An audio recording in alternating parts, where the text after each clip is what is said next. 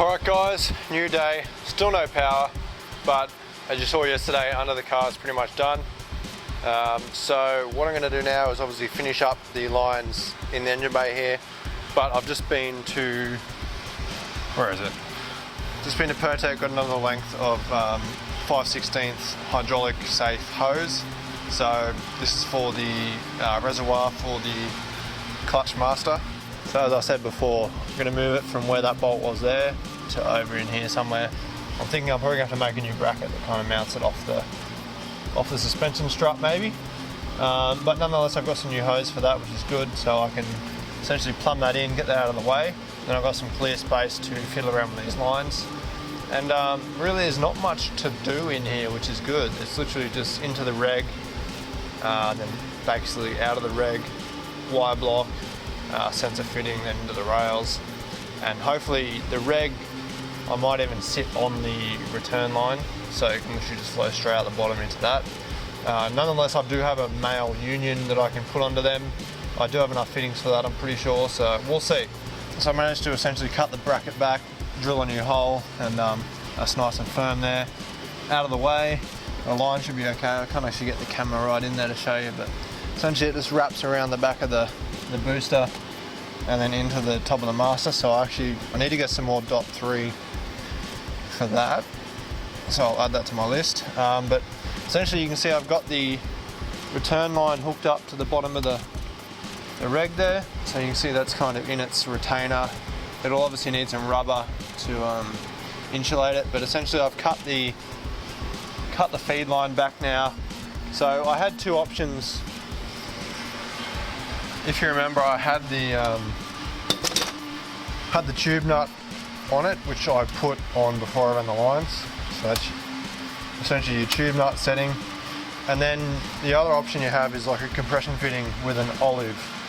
So I bought one of each, so I wasn't sure what I'm going to do, but I think for ease of install, I'll go with the compression fitting. So you see I've got the red sleeve on there already, so that basically sleeves over the tube, and then you got your male flare section, and essentially that olive sits into there.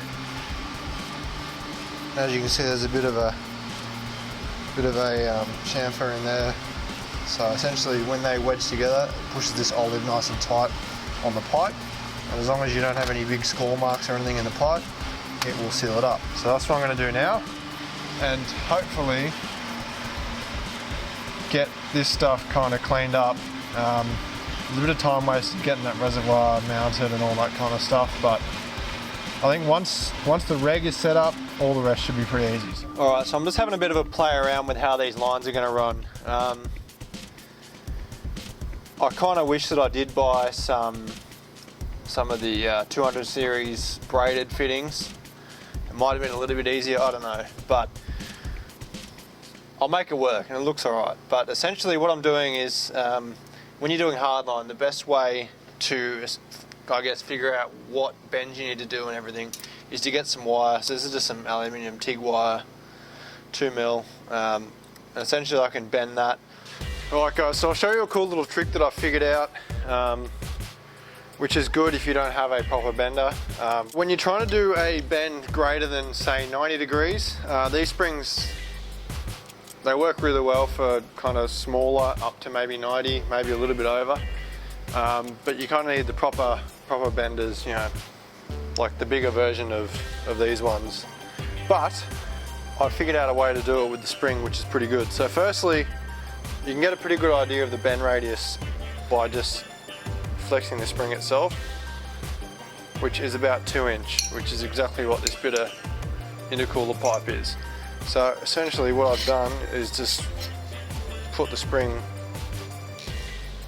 over this, and I can ever so gently fold this around.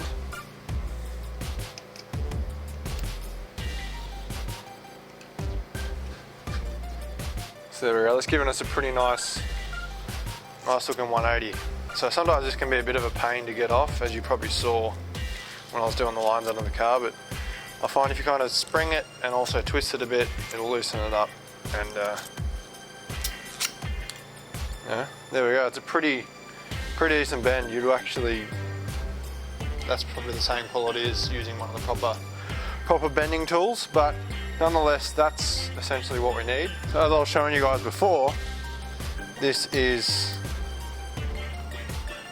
my bend template. So the next thing, another thing to be careful of is what axis you're bending on. So, you know, or what plane.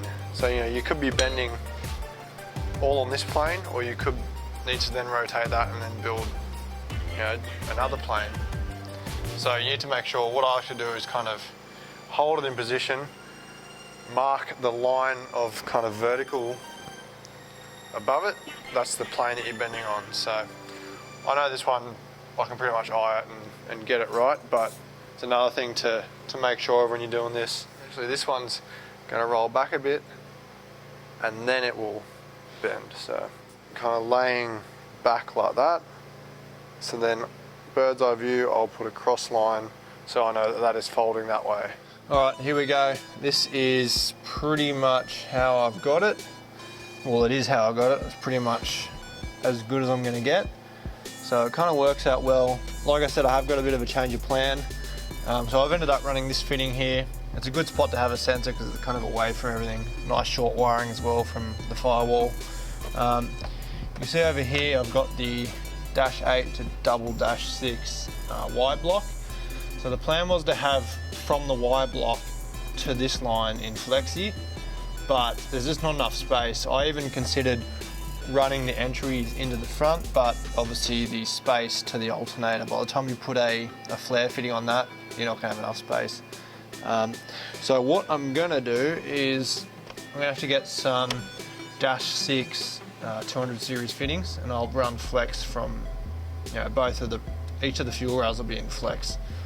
So that'll be nice and easy. And it actually works out that I've got a hole that I drilled in here for something else, and that pretty much lines up perfectly to throw a nutsert in that, and then I can clamp that tube on there.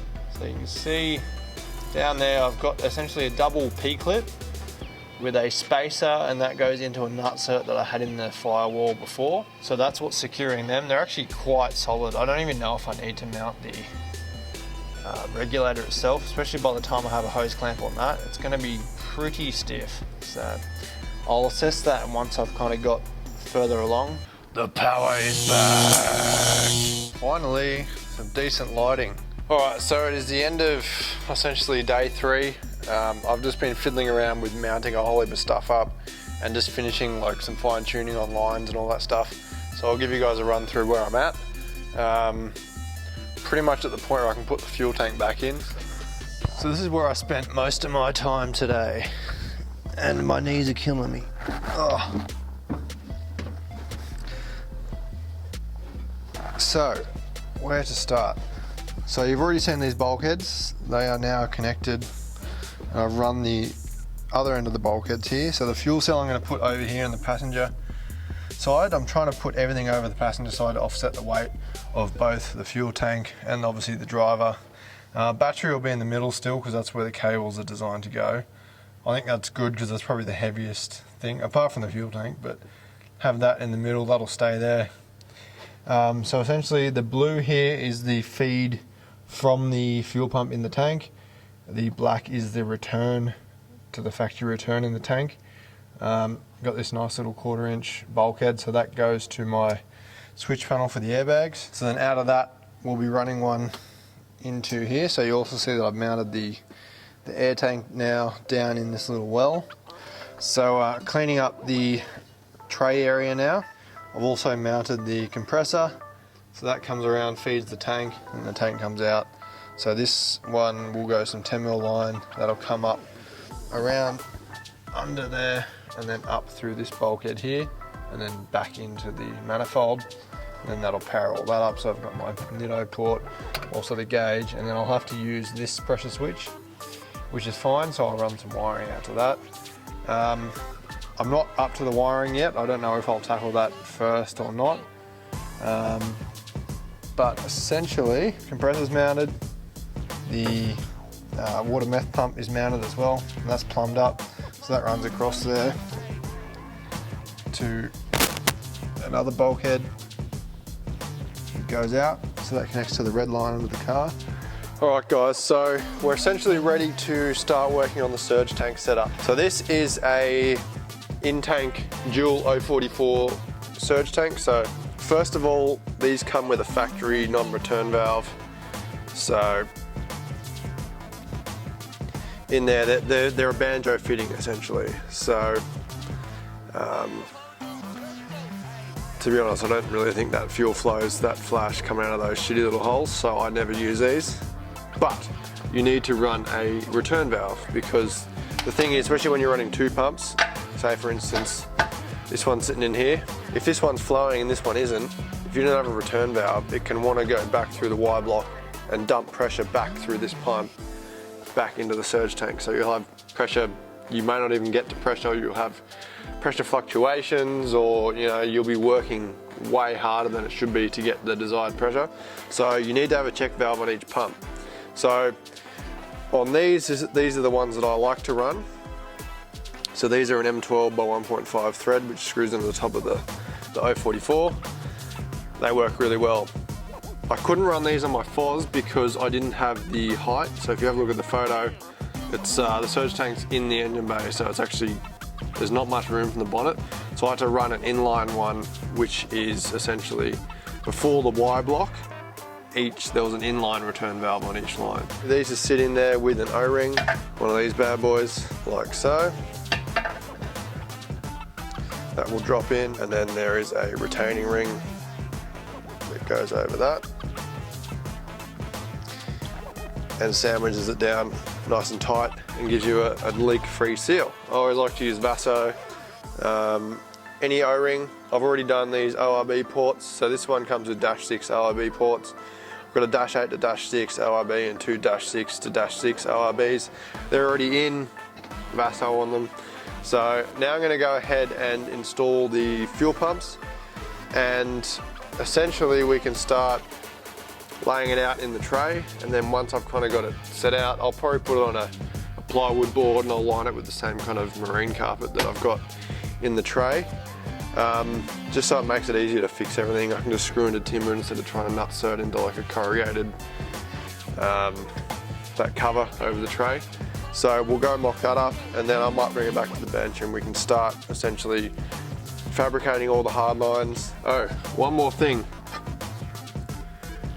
Do not forget to take the little cover bung out of the bottom of the pump. And one more thing, you can actually buy little pre-filters for these. I bought them for the FOS, but I couldn't get them in time for these.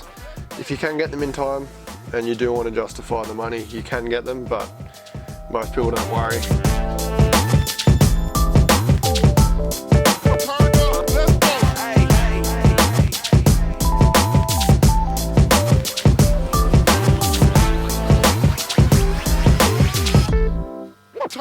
Let's go.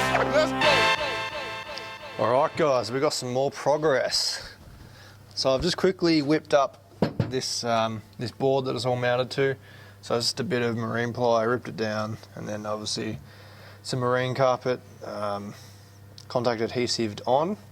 So I've also, as you can see, I've got 6 M6 bolts that are nutserted into the lid. So basically, when I need to get to this lid, I can just whip the battery out and then just undo, in and out lines, and we can just take the whole thing out. So it's looking very neat. Obviously this carpet will go back down, so it'll be that on top of that. So that'll look really good. But nonetheless, I've got the surge tank mounted. I've got the battery where it's going to sit. Done some nice little P-clips for the battery cables, which look very flash. I've still got some wiring loom stuff to do. I'll do wiring in a whole separate day, video, whatever. I don't even know if I'll film it. But nonetheless, that's all ready to go. So you can see the feed from the tank is that one, feed back to the tank is that one, and that is obviously the airbags, which I showed you before. And this is the feed to the engine bay and from the engine bay. So that black one over there will come back into that -8 there, and then obviously color coded for those two as well. So what we got to do is, as you can see, I've already made this line up. So that basically dictates where this is sitting. So that's all clamped in now, nice and central, nice and neat. So what we got to do is run the -6 lines from the check valves, except I just realised that one of them is missing. So I'm pretty sure they've forgotten to send it, which is a bugger. But nonetheless, they're really good. They'll get it expressed to me, no worries. But it's a pain because I wanted to get this all done today. I guess I can still mock the lines up. I'm hoping I can just kind of make this one up and then go to the Y block. And then I can then make the -8 line from the Y block down to the filter. Then that can be sitting there. Then I can disconnect that one and then move this over to this one and do that, if that makes sense. It'll make sense when I do the time lapse building it. Yeah, I might get that cracking right now.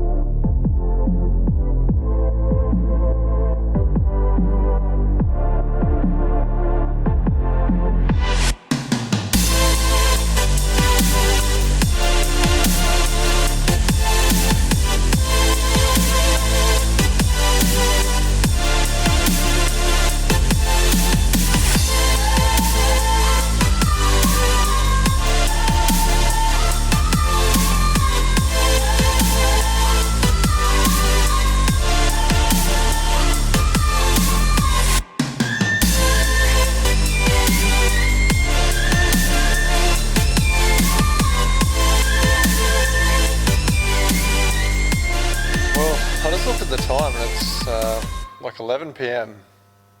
That last like 4 hours just went like that. But I've got a lot done, so let's go have a look. So I think you last would have seen me basically doing all these hard lines. So yeah, you can see all that. That's looking really, really schmick. So it's a bugger that I got to wait for this extra check valve, but it's all mocked up, it's all done. So that's good. It's all plumbed in. I was having a bit of an issue, especially with this 3/8 line. So with the flaring tool, if you go all the way in like they say, it makes the flare too thin, and essentially the sleeve was going up past the end of the flare and hitting on the male flare. So the tube nut was bottomed out, but it wasn't pushing the tube onto the flare nice and tight. So I had to play around a little bit, and they're all good now. So one way to test is, as you might have seen me doing in the time lapse, is to screw it on and tighten it up. And if the tube is tight, you've got a good connection. So what was happening on one of them, I was doing it up, and the tube was still loose, even though it was fully tight and bottomed out. So I've got that sorted. So I ended up going like just till I felt some resistance, and then backing it off, and that left like a decent. It's hard to. I'll try something to show you, but instead of it being super thin on the edge there, it left a bit more meat, which held the sleeve down a little bit and made it actually push this onto the flare. But that's all sorted. So surge tank is pretty much done. That's good. So the rest of the night here, I've literally just been sitting in the tray doing all the wiring. So it's actually quite therapeutic today, to be honest, but you can see I've got a little distro box in there, so it's a fuse block. I've got the 2 relays for each pump, so 1 for each pump. I've done a loom, so the only thing I'm waiting on is the signal wire, which is the lift pump in the tanks signal from the ECU to turn on. So that will come, I've already run that from the pump underneath along here. So that will come through there, as well as the compressor power and also the water meth power. They'll come through that bulky connector, and then I'll have another loom kind of up under here. But in the meantime, I've done pretty much everything I can. So the 044s, I've done them on a little Deutsch DT connector. These are my favourite connectors, definitely the best. So essentially it's just one plug and then this whole, battery off, one plug there, this whole thing can come out. You'll also see I put a little SIG socket and voltage readout, so figured I may as well put that in here, charge phones, or if I want to throw the fridge in, I can do that. But just having the voltage readout is kind of handy. Also, you can see I've got the LEDs back up again, so they're through that as well. So everything's nice and legit. I'm really in the mood, and I'm not tired, which is weird. So I kind of want to stay and just keep doing stuff, but I know as soon as I stop, I'm going to be absolutely ratchet and tossing up whether I go to work on Monday. Oh, here we go, getting tired now. So today's Saturday. Probably start again, I don't know, mid-morning tomorrow. See how I feel when I wake up.